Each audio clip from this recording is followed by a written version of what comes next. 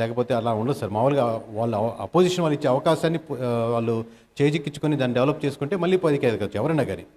జనసేనకి పోయినసారి ఒక సీటు కూడా రాదు కదా, ఈసారి ఒకటే గెలుస్తారు అనేది అట్లా ఏ కమిటీ అయినా సరే ఇంకా అయిపోయింది, ఇంకా పార్టీ లేదని లేదు. నాయకత్వ లక్షణాలు వాళ్ళు తీసుకొని ఆ అవతలలో ఇచ్చేటువంటి ఆపర్చునిటీస్ గ్రాప్ చేసుకొని మళ్ళీ ముందుకెళ్ళగలిగితే 3 years బ్యాక్ టీడీపీకి ఏం కాన్ఫిడెన్స్ ఉందండి గెలుస్తామని?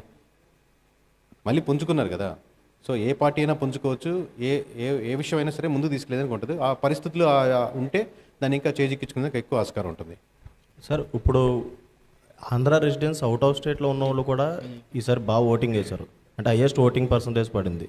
దీని కూటమి కారణమా లేదంటే జగన్ ప్రభుత్వం ఇచ్చిన పాలన కారణమా? సేమ్ ఫ్యాక్టర్స్ ఇందా చెప్పినట్టే అవి ఇక్కడ రిపీట్ అవుతాయి. ఆబ్వియస్లీ కూటమి కట్టుతున్నటువంటి అట్లా అడ్వాంటేజ్ ఉంది. బట్ ఆబ్వియస్లీ వైఎస్ఆర్సీపీ ఒక గోల్డెన్ ఆపర్చునిటీ లూజ్ అయిందంటే, if you own for 151 seats, any party ఒక 151 సీట్లు ఉంటే అపోజిషన్ లేకుండా అట్లీస్ట్ 10 years పాటు కంటిన్యూ చేసి అంటే గోల్డెన్ ఆపర్చునిటీ. 151 మంది ఎమ్మెల్యేలు, దాని నుంచి ఒక బెస్ట్ మినిస్టర్స్ మీరు తీసుకుంటూ మీరు పీపుల్స్తో ఎమోషనల్ కనెక్షన్ ఉండి ప్రతి జిల్లా ప్రజలతో మీరు కనెక్టెడ్గా ఉండి, ప్రజలతో అంటే నాయకులతో ఎమ్మెల్యేతో ఉన్నప్పుడు ఒక ఎమ్మెల్యేతో కలిసినప్పుడు ఆయనతో పాటు వచ్చే ప్రజలు వాళ్ళు కనెక్టెడ్గా ఉండి ఎమోషనల్ కనెక్షన్లో ఫెయిల్ అయ్యారు. అలాగే మినిస్ట్రీస్ వచ్చిన రిప్రజెంటేషన్లో ఫెయిల్ అయ్యారు. వాళ్ళని చూసి ఇదే ఇలా ఉండాలి మినిస్ట్రీస్ అంటే అన్న రిప్రజెంటేషన్లో ఫెయిల్ అయ్యారు.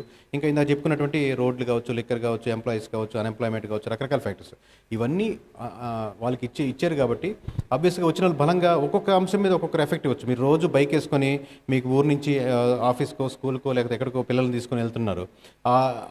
ఆ రోడ్ల మీద వెళ్తున్నప్పుడు ఈసారి మటుకు వేయకూడదని ఒక బలంగా నిర్ణయం తీసుకోవచ్చు. పోయినసారి వైసీపీకి వేసిన అతను వాళ్ళ ఓట్ బ్యాంక్ ఇట్ అన్నవడం వల్ల అడ్వాంటేజ్. పోయినసారి టీడీపీకి నేను బలంగా టీడీపీ, నేను కోరు అభిమాని, నాకు చంద్రబాబు మించి ఇంకెవరు లేడు, అతను మించిన దేవుడు లేడు అన్నారు. అప్పుడు ఉన్నారు, ఇప్పుడు ఉన్నారు. అప్పుడు పవన్ కళ్యాణ్కి అభిమానించే ఉన్నారు, ఓట్లు వేసిన వాళ్ళు ఇప్పుడు ఉన్నారు. వాళ్ళ వల్ల డిఫరెన్స్ కాదు, ఇక్కడి నుంచి వచ్చిన ఓట్ బ్యాంకింగ్ వల్ల మేజర్ డిఫరెన్స్ వస్తుంది ఆబ్వియస్లీ. సరే, ఎప్పుడు లేని విధంగా ఆంధ్రప్రదేశ్లో ఈసారి అయితే వేరే వాళ్ళకి అవకాశం ఎవరా చెప్పండి, అడగండి. ఎప్పుడు లేని విధంగా ఆంధ్రప్రదేశ్